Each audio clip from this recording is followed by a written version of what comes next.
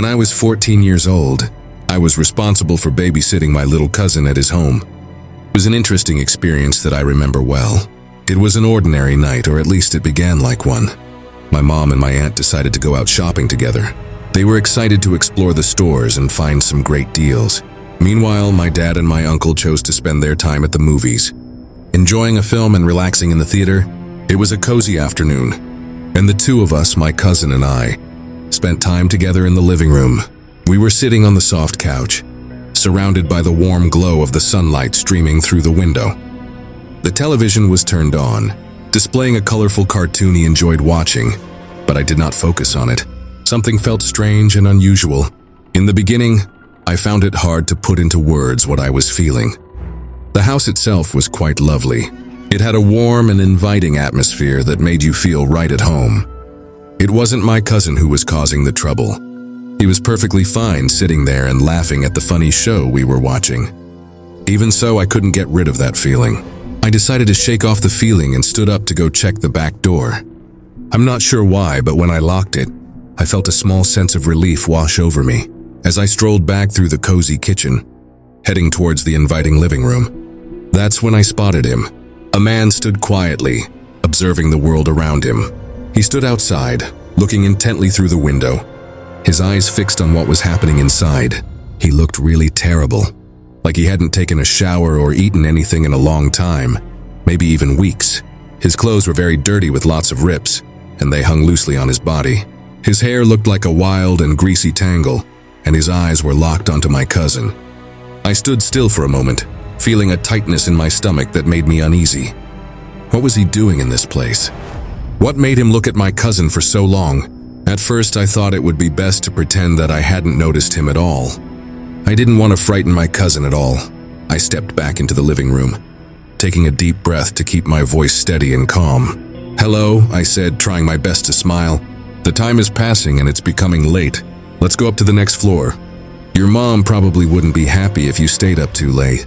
He complained a bit, insisting that he wasn't tired at all, but I was able to encourage him to get up and start moving. Once we reached upstairs, I carefully tucked him into his cozy bed, making sure he was warm and comfortable. I gently reminded him to stay there and rest well. "I will be right outside," I said reassuringly. "Please just close your eyes for a moment, all right?" He nodded his head, showing his understanding, and thankfully, he didn't ask too many questions. After he got comfortable and settled in, I made my way back downstairs. My heart was beating really fast now, thumping in my chest so strongly that it seemed like it could explode at any moment. I quickly reached for the first item I saw, a meat tenderizer that was sitting in the kitchen. It wasn't the greatest weapon available, but it was something to have on hand. I made my way back to the window, the same spot where I had first caught a glimpse of him. The man had disappeared, leaving no trace behind. His absence was noticeable, and it left a lingering sense of mystery in the air. A wave of panic surged through my body. Where was he at this moment? I hurried to the front door, my heart racing, and carefully checked each of the locks to make sure they were secure. The deadbolt was locked tightly and the door hob felt firm and secure in place. I hurried back to the kitchen and took another look at the back door. It was still locked tight. I didn't see him outside, but I couldn't get rid of the feeling that he was still there, quietly watching me from somewhere nearby. I walked back up the stairs and settled down right in front of my cousin's bedroom door. I held the meat tenderizer firmly in my hand, gripping it so tightly that my knuckles turned a pale shade of white. The weight of it felt both reassuring and intimidating as I prepared for what was to come. My cousin slowly lifted the edge of the blankets and looked out with curious eyes. He wanted to know what I was up to at that moment. "There's no need to worry about it," I said reassuringly. "To me, please just keep your voice down, all right?" He nodded his head slowly, but I could see the fear in his eyes now. I picked up my phone and dialed the number for the police. My voice trembled as I shared what was going on with them. They told me that they would send someone to help, but it would take around 30 minutes for them to arrive. After I finished my call, I picked up the phone again and dialed my dad's number. He and my uncle were enjoying a movie together, and they were about 45 minutes away from home. They promised they would leave immediately, but deep down I had a feeling they wouldn't arrive in time if anything went wrong. Suddenly I heard a sound. The sound of glass breaking echoed through the room, sharp and sudden. A sound echoed from downstairs, sending a chill through my veins and making my heart race with fear. The sound of heavy boots echoed in the quiet space, each step slow and deliberate, as if the person wearing them was taking their time to make an impression. A person was inside the house. I looked over at my cousin. "Please stay under the warm covers. Stay still and please don't make any noise." His eyes were very wide, showing surprise. But he nodded his head and followed my instructions without hesitation. The footsteps echoed softly as they traveled through the house, each step causing the old wooden floor to creep gently beneath the weight. The sound seemed to linger in the air, adding a sense of mystery to the quiet surroundings. I sat there holding the meat tenderizer tightly in my hands. My heart was pounding so loudly that I worried it might alert anyone nearby to our presence. I could hear the man breathing now. His breaths were heavy and uneven, like the sound of a stormy wind blowing through the trees. He was looking through the rooms on the lower floor, carefully opening doors and shifting items around to see what was inside. Suddenly, I heard the sound of footsteps approaching as he made his way up the stairs. Every step I took sounded loud and booming in my ears like a clap of thunder. I leaned my back against the door, doing my best to remain as silent as I could. The footsteps came to a halt just outside my cousin's room, creating a moment of stillness in the air. I took a deep breath and held it in, feeling the air fill my lungs as I paused for a moment. The doorknob shook and made a rattling sound. However, he chose not to attempt to open it. He decided to keep going and looked into the other rooms upstairs. First, he checked the bathroom. Then he moved on to my aunt and uncle's bedroom. Then, just like he had appeared out of nowhere, I heard him quietly make his way back down the stairs. I stayed completely still. I held my breath, feeling a mix of fear and anticipation until I suddenly heard a new sound. It was the door to the basement creaking open, breaking the silence around me. He was making his way down there now. Minutes felt like they were stretching on forever, almost as if hours passing by. My legs were starting to cramp from sitting in front of the door for so long, but I felt too scared to move at all. At last, after what seemed like an eternity, I finally heard the distant wail of sirens echoing outside. The police rushed into the house, loudly giving orders as they looked around every room. I finally felt a sense of calm wash over me when I heard their voices announcing that the man was safely in custody. As I finally turned the doorknob, and when I pushed the door open, I was greeted by one of the officers standing at the top of the stairs. He was holding the man who appeared even more messy and unkempt when seen up close. His eyes were wide and looked all around the room quickly as if he was searching for something. He kept mumbling words that I just couldn't make out. The officer later shared that the man had managed to escape from a mental hospital, which was located in a province that was quite far away. He had been wandering for many weeks, sneaking into houses and frightening the people inside. That night I lay awake in bed, unable to close my eyes or drift off to sleep. Even after my parents and uncle returned home, and even after the police had gone, I found it hard to sleep. I lay there, wide awake, paying attention to every tiny noise around me. The picture of that man at the window kept coming back to me. He was just standing there, looking inside, and I couldn't get it out of my mind. I no longer babysit at all, even now. I'm unable to do that.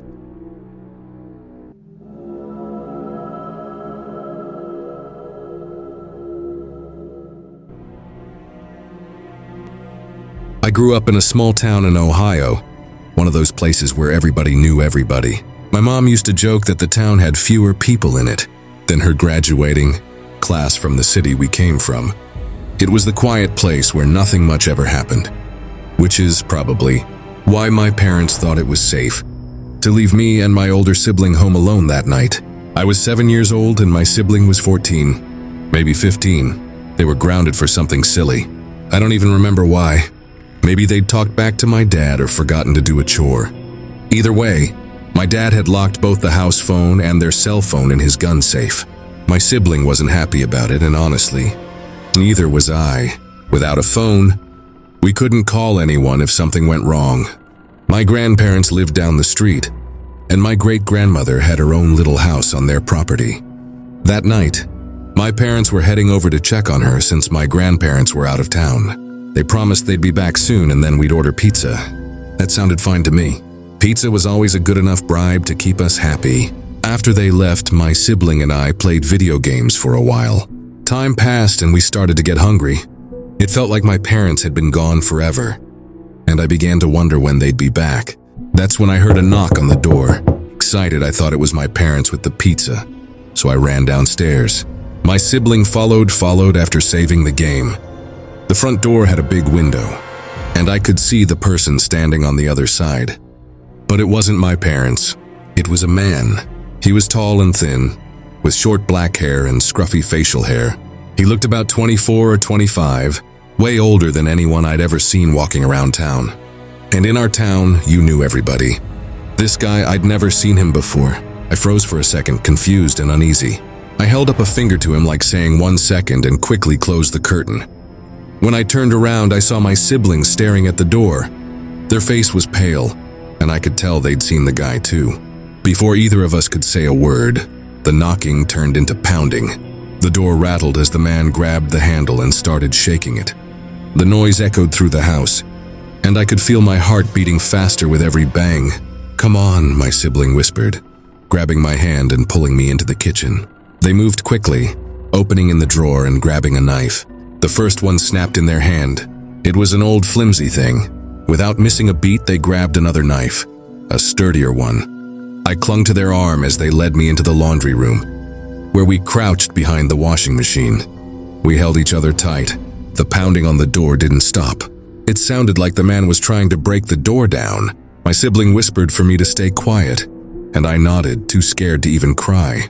Minutes passed like hours. The banging was so loud, I was sure the door was going to burst open any second. Then it did. I heard the front door creak open and footsteps echoed in the hallway. My sibling tightened their grip on the knife, ready to jump up and protect me if the man found us. My heart was pounding so hard I thought it might burst. But instead of the man, it was our mom. She rounded the corner holding 2 pizza boxes and stopped when she saw us huddled on the floor. Her face twisted with confusion.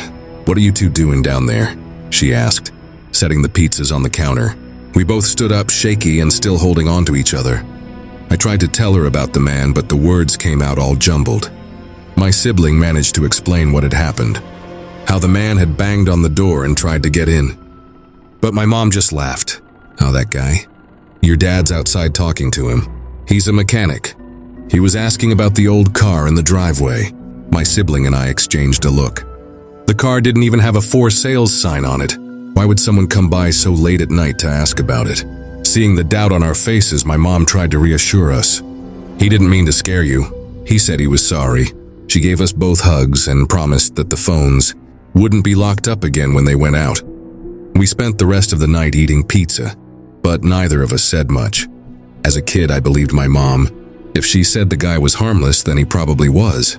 But now that I'm older, I can't stop thinking about that night. Why would a grown man pound on the door like that, shaking the handle and trying so hard to get in?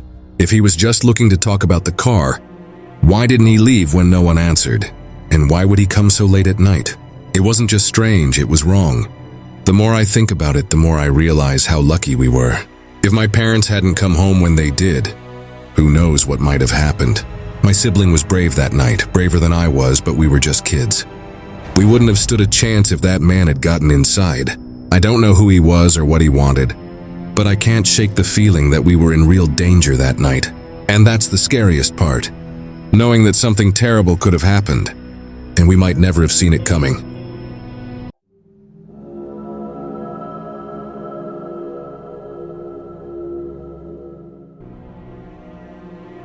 I never thought something like this would happen to me. I live alone out in the country, miles from any real neighbors. And that's the way I like it. It's quiet, peaceful, and predictable until it wasn't. I was sitting on my back porch that morning with a cup of coffee like I do most days. The air was crisp. The morning where you could see your breath if the sun hadn't fully warmed the air yet. My house backs up to a thick patch and the view is one of the reasons I bought the place. It feels like you're in your little world. The trees were swaying gently in the breeze when I first saw him. At first I thought it was a deer or maybe a stray dog weaving through the trees. Then the bigger stepped out of the tree line and I realized it was a man. He looked rough, wild almost. His clothes were filthy and torn, his hair sticking out in matted clumps. He just stood there for a moment and I wondered if maybe he was lost or in trouble. But then he started running, not just jogging or stumbling. Running straight toward my house, head down, fist pumping. My stomach dropped and I froze for a second, my brain trying to catch up with what my eyes were seeing. This wasn't right. This wasn't some lost hiker. I bolted inside and locked the back door, my hands shaking as I slid the deadbolt into place. My heart was pounding, but I didn't have time to think. I ran through the house, locking every door and window I could think of. I grabbed my phone and called. Someone's trying to get into my house. I told the operator. He's running at me. He came out of the woods. Stay calm, she said, her voice steady. Is he still outside? I don't know, I said. I don't think he's made it to the house yet. That's when I heard it, the faint creak of a floorboard. It wasn't coming from the porch. It was coming from inside the house. I felt a cold wave of dread wash over me. My basement stairs creak like that when someone steps on them. The realization hit me like a punch to the gut. This guy might already be inside. I moved slowly toward the hallway where the basement door was. It was open, a crack just enough for me to see the dark stairwell beyond. That's when I remembered the basement windows. They're small and easy to miss, but they don't latch as tightly as they should. I'd been meaning to fix them for months, but never got around to it. My mind raced. Had he broken in last night? Had he been in my house the whole time? I told the operator what I was hearing. She urged me to stay calm, to keep myself safe, and to lock myself in a room if I could. But I couldn't just hide, not knowing he was in here with me. I grabbed my shotgun from the hall closet. I keep it loaded with non-lethal rounds for scaring off coyotes or the occasional stray dog. I checked the barrel, rock salt, rubber bullets, and then a live shell at the end. I didn't expect to ever need that last one. The footsteps grew louder, climbing the stairs slowly and deliberately. My pulse was racing so fast I could hear it in my ears. The door creaked open and he stepped into the hallway. He was massive, taller than I'd realized when I saw him outside with broad shoulders and arms that hung like dead weight at his sides. His eyes were wild, bloodshot, and locked onto me. He didn't say a word, just started walking toward me. His movements jerky and unnatural like a puppet on strings. Stop, I shouted, raising the shotgun. Don't come any closer. He didn't and flinch. The first shot hit him square in the chest. Rock salt. It should have stopped him in his tracks, but he didn't even seem to notice. He kept coming, his lips crawling into a twisted grin. I fired again, this time with a rubber bullet. It knocked him back a step, but that grin never left his face. He let out a low, guttural growl, something primal, not even human, and lunged forward. I had no choice. The third shot was live ammunition, buckshot. It hit him in the chest and blood sprayed across the walls. He staggered, his breath hitching, but he didn't stop. I fired again, and this time he fell to the ground, but even then he crawled toward me. I backed away, my hands trembling, but he was too fast. He grabbed my legs, pulling me down with him. We hit the floor hard. His weight pressed down on me, his hands clawing at my arms and chest. I could feel his hot, ragged breath on my face and smell the blood and sweat. I thought this was it. I thought he was going to kill me. Then, just as suddenly as he'd attacked, he stopped. His body went limp, and I managed to push him off me. He collapsed onto the floor, his eyes staring blankly at the ceiling. Blood pooled beneath him, seeping into the cracks between the floorboards. I lay there for a moment, gasping for air, my hands still gripping the shotgun. I could hear the sound of sirens in the distance growing louder. The police arrived minutes later. Guns drawn, they swept through the house, but there was no one else. The operator had heard everything. The gunshots, the shouting, the struggle, and had sent them as fast as she could. Later I found out who he was. The man had escaped from a mental hospital in Baltimore, about 50 miles away. He'd broken out days earlier and somehow made his way to my house. The police think he found the basement window and climbed in during the night, squatting there until morning. The investigation cleared me of any wrongdoing. Self-defense, they said, but that didn't make it any easier to live with. The thought of him sleeping down there just beneath my feet still haunt me. Sometimes I wonder if I'd checked the basement the night before. Maybe I could have avoided all of this. Maybe he'd still be alive. I patched up the basement window and replaced the door lock. But I don't think I'll ever feel completely safe here again. Some things just leave a mark.